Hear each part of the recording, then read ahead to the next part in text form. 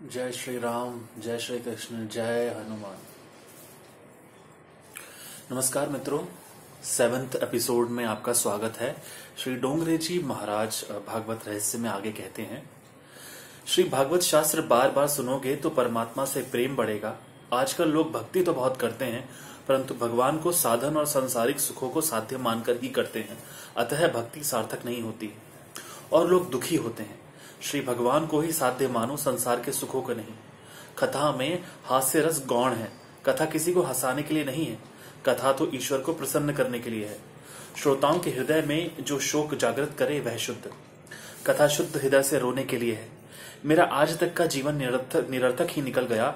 आदि भाव हृदय में जागे तो ऐसी कथा का श्रवण सार्थक हुआ। कथा सुनने के बाद पाप न छूटे और वैराग्य उत्पन्न ना हो तो कथा का श्रवण किस काम का। श्री भगवान के दर्शन से, श्रवण से, पूजन से पापों का नाश होता है। श्रीमद् भागवत के श्रवण मात्र से ही सद्गति मिलती है। कथा श्रवण का लाभ आत्मदेव ब्राह्मण का चरित्र कहकर बतलाया गया है।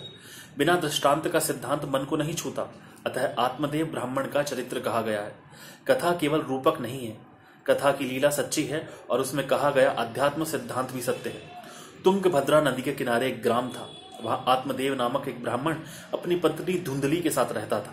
आत्मदेव पवित्र था, परंतु धुंधली स्वभाव की क्रूर, झगड़ने वाली और दूसरों की नुक्ताचीनी करने वाली थी। आत्मदेव निसंतान थे। संतान के अभाव से आत्मदेव दुखी थे। संतान के लिए आत्मदेव ने बहुत प्रयत्न किए, परंतु कोई सफलता नहीं मिली। अतः उसने आत्महत्या करने का निश्चय किया। आत्मदेव ने वन की ओर प्रयाण किया। घूमते फिरते रास्ते में नदी का किनारा आया। वहां उसे एक महात्मा मिले। आत्मदेव उस महात्मा के पास गया और रोने लगा। महात्मा ने उससे उसके दुख का कारण पूछा। आत्मदेव ने कहा कि मेरे पास खाने पीने के लिए तो बहुत कुछ है, परंतु मेरे बाद खाने वाला कोई नहीं है, अतः मैं दुखी हूं। इसलिए मरने की इच्छा से आत्महत्या करने के लिए यहां आया हूं। महात्मा ने कहा कि तुम्हें कोई संतान नहीं है, यह तो परमात्मा की कृपा है। पुत्र परिवार ना हो तो समझ लो कि श्री ठाकुर जी ने तुम्हारे हाथों से ही सब कुछ कराने को तुम्हारे भाग्य में लिखा है और इसलिए तुम्हें कोई संतान नहीं दी है। पुत्र तो दुख रूप है। ईश्वर जैसी भी स्थिति में तुम्हें रखे, वैसी ही स्थिति में संतोष मानकर ईश्वर का स्मरण करना चाहिए। तुकाराम महाराज कहते हैं, ठेवीले अनंते तेसेची रहावे, चिति असोघ्यावे समाधान। अतः ईश्वर जिस स्थिति में रखें उसी में आनंद मानना चाहिए। एक बार एकनाथ महाराज विठलनाथ जी के मंदिर में दर्शन करने गए। एकनाथ जी को सुयोग्य पत्नी मिली थी, इसलिए वे श्री भागवत का उपकार मानते थे। वे कहते थे कि मुझे स्त्री का संग नहीं सत्संग दिया है। थोड़ी देर बाद उस मंदिर में भक्त तुकाराम जी दर्शन करने आए। तुकाराम की पत्नी कर्कशा थी। कर्कशा पत्नी के लिए भी तुकाराम जी भागवत का उपकार मानते थे। वे कहते थे कि हे भगवान, यदि तुमने अच्छी और सुंदर पत्नी दी होती तो मैं सारा दिन उसी के पीछे लगा रहता और तुमको भी भूल जाता। अतः मेरा तो कर्कशा पत्नी मिलने पर भी भला ही हुआ है। एकनाथ जी को अनुकूल पत्नी मिली तो उन्हें इसी में आनंद है और तुकाराम जी को प्रतिकूल पत्नी मिली तो भी उन्हें आनंद है। दोनों को अपनी अपनी परिस्थिति से संतोष है और भगवान का उपकार मानते हैं। अपनी पत्नी की मृत्यु हुई तो नरसिंह मेहता ने भी आनंद ही माना और कहा, भलू थयु भागी जंजाल सुखे भजीशु श्री गोपाल। अर्थात अच्छा हुआ कि कुटुंब का झंझट छूट गया। अब तो मैं बड़े सुख से, निश्चिंत मन से श्री गोपाल का भजन कर सकूंगा। एक संत की पत्नी अनुकूला थी, दूसरे की प्रतिकूला थी और तीसरे की संसार को छोड़कर चली गई। फिर भी ये तीनों महात्मा अपनी अपनी परिस्थिति से संतुष्ट हैं। सच्चा वैष्णव वही है जो कि किसी भी परिस्थिति में परमात्मा की कृपा का ही अनुभव करता है और मन को शांत और संतुष्ट रखता है। मन को शांत रखना भी बड़ा पुण्य है। माता और पिता को अपने पुत्र के लिए बहुत चिंता रहती है, परंतु पुत्रैषणा के साथ साथ अनेक वासनाएं भी आती हैं।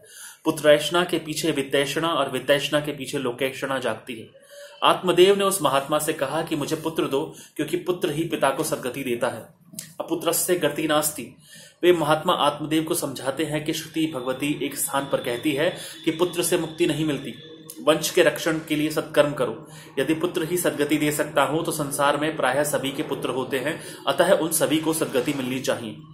पिता को ऐसी आशा कभी नहीं रखनी चाहिए कि मेरा पुत्र श्राद्ध करेगा तो मेरी सद्गति हो जाएगी। श्राद्ध करने से वह जीव अच्छी योनि में तो जाता है, परंतु ऐसा मत समझो कि वह जन्म मृत्यु के फेर से छूट ही जाएगा। श्राद्ध और पिंडदान मुक्ति नहीं दिला सकते। श्रद्धा कर्म धर्म है। श्राद्ध करने से नरक से तो छुटकारा मिलता है, परंतु केवल श्राद्ध करने से ही मुक्ति नहीं मिलती। श्राद्ध करने की मनाही नहीं करते हैं। श्राद्ध करने से पितृगण प्रसन्न होते हैं और आशीर्वाद देते हैं। पिंडदान का सही अर्थ कोई समझता नहीं है। इस शरीर को पिंड कहते हैं। इसे परमात्मा को अर्पण करना ही पिंडदान है। यही निश्चय करना है कि मुझे अपना जीवन ईश्वर को अर्पण करना है और इसी प्रकार जीवन जो ईश्वर को अर्पण करे उसी का जीवन सार्थक है और उसी का पिंडदान सच्चा है। अन्यथा यदि केवल आटे के पिंडदान से ही मुक्ति मिल जाती तो ऋषि मुनि ध्यान योग तप आदि साधनों का निर्देश करते ही क्यों। जीवन मृत्यु के त्रास से छुड़ाता है केवल सत्कर्म, और वह सत्कर्म भी अपना ही किया हुआ। स्वयं ही अपनी आत्मा का उद्धार करना है। जी स्वयं ही अपना उद्धार कर सकता है। श्री गीता जी में स्पष्ट कहा है, उद्धारिदात्मनात्मानं नात्मानं वसादयेत्।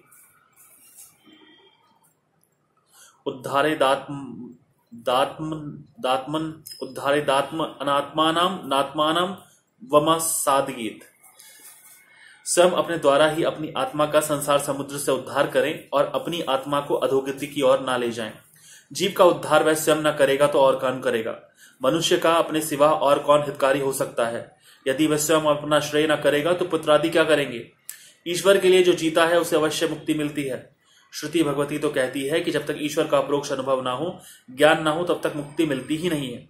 मृत्यु के पहले जो भगवान का अनुभव करते हैं उन्हें ही मुक्ति मिलती है। परमात्मा के अप्रोक्ष साक्षात्कार के बिना मुक्ति नहीं मिलती। तमे विदित्वाति मृत्युमेति नान्यः पंथा विद्यते श्यनाद। उसे जानकर ही मनुष्य मृत्यु का उल्लंघन कर जाता है। परम पद की प्राप्ति के लिए इसके सिवा अन्य कोई मार्ग है ही नहीं।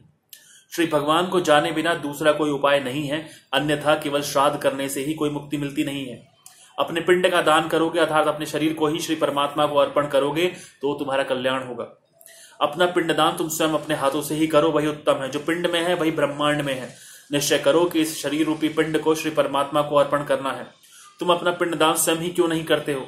घर में जो कुछ है वह सब कुछ काम में लगा दो और नारायण नारायण करो। आत्मदेव को महात्मा की यह बात न जची। उसने कहा कि पुत्र सुख से आप सन्यासी लोग अपरिचित हैं, अतः आप ऐसा कहते हैं। माता पिता की गोद को बालक चाहे जिस तरह गंदी करें फिर भी वे प्रसन्न ही होते हैं। असुख में सुख का अनुभव करना ही संसारियों का नियम है। महात्मा ने सुंदर उपदेश दिया, फिर भी आत्मदेव ने दुराग्रह करते हुए कहा कि मुझे पुत्र दो वरना मैं प्राण त्याग करूंगा। महात्मा को दया आई। उन्होंने कहा कि ये एक फल है, इसे अपनी पत्नी को खिलाना, तुम्हारे यहाँ योग्य पुत्र होगा। आत्मदेव फल लेकर अपने घर लौटा। पत्नी को फल दिया। धुंधली फल खाने के बजाय अनेक तर्क उतर्क करने लगी। वह सोचती है कि फल खाने पर मैं गर्भवती होंगी और परिणामतः दुखी होंगी और बालक के लालन पालन करने में भी बड़ा दुख है। उसने अपनी छोटी बहन से बात कही तो उसने युक्ति बताई कि मुझे बालक होने ही वाला है, उसे मैं तुझे दे दूंगी, तू गर्भवती होने का नाटक कर। धुंधली को पुत्र फल की इच्छा है किंतु बिना कोई दुख झेले। यह मनुष्य का स्वभाव है कि उसको सुख की तो इच्छा है परंतु बिना किसी प्रयत्न के और बिना किसी कष्ट के। मनुष्य पाप करना नहीं चाहता फिर भी पुण्य के फल की इच्छा करता है। मनुष्य पुण्य करना नहीं चाहता फिर भी पुण्य के फल की इच्छा करता है और पाप करता है फिर भी पाप के फल को नहीं चाहता। छोटी बहन के करने पर धुंधली ने वह फल गाय को खिला दिया और स्वयं गर्भवती होने का नाटक करने लगी। बहन का पुत्र ले आई और जाहिर है कि ये मेरा पुत्र है। धुंधली ने अपने पुत्र का नाम धुंधुकारी रखा। दूसरी ओर जिस गाय को वह फल खिलाया गया उसने गाय जैसे कानों वाले मनुष्याकार बालक को जन्म दिया। उसका नाम गोकर्ण रखा गया। दो लोग बालक बड़े हुए। गोकर्ण पंडित और ज्ञानी हुआ, धुंधुकारी दुष्ट निकला। श्री भागवत की कथा 3 प्रकार से है, आध्यात्मिक, आदि दैविक और आदि भौतिक।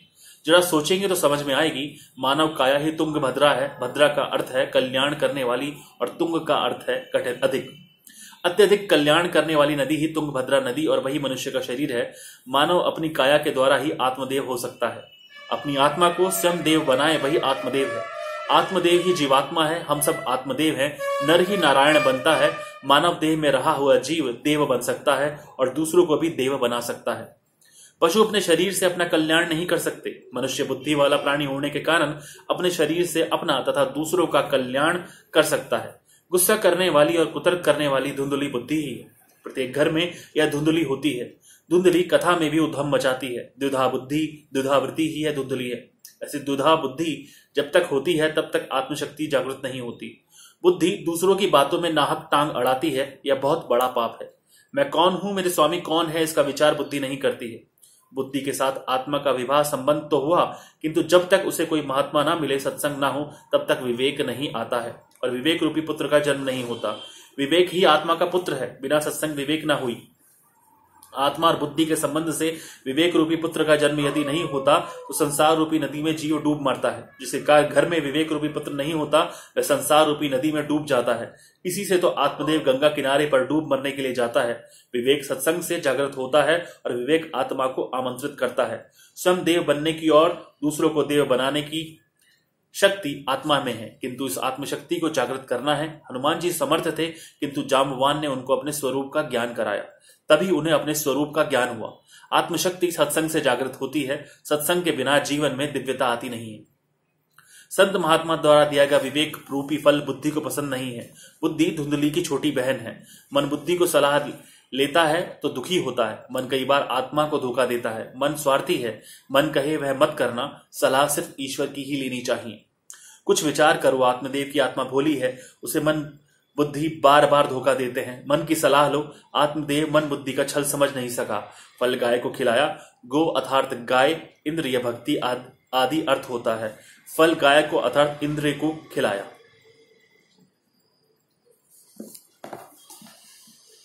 धन्यवाद मित्रों। जय श्री राम, जय हनुमान। आज के इस सत्संग में डोंगरे जी महाराज ने 3 बातों पर जोर दिया। पहली बात तो ये कि मन और बुद्धि को नियंत्रण में रखना चाहिए, उसे संतोष देना चाहिए। और दूसरा कि हम लोग पुण्य का फल तो चाहते हैं पर पुण्य करना नहीं चाहते हैं। पुण्य करने का मतलब है श्रम करना, और बहुत सारे कार्य ऐसे होते हैं जो कि निष्कामता में परिपूर्ण होते हैं। ज्यादा व्याख्या ना करते हुए सिर्फ इतना ही मैं टेक अवे आज के सत्संग से कहना चाहूंगा कि संतोष करना जीवन में बहुत ज्यादा जरूरी है। और दूसरा कि आप अधिकता और न्यूनता से बचें। कई मैंने ऐसे व्यक्तियों से मिला हूं जो बुजुर्गवार हैं और वो कहते हैं कि काश हमने अपने जीवन में थोड़ी कड़ी मेहनत कम की होती तो उतना समय वो भक्ति में या परिवार में दे पाते। तो आप बैलेंस लाइफ रखेंगे तो कभी दुखी नहीं होंगे। इसलिए थोड़ा समय अपने और अपने परिवार के लिए भी निकालिए और संतोष की तरफ अग्रसर रहिए। जय श्री राम, जय हनुमान।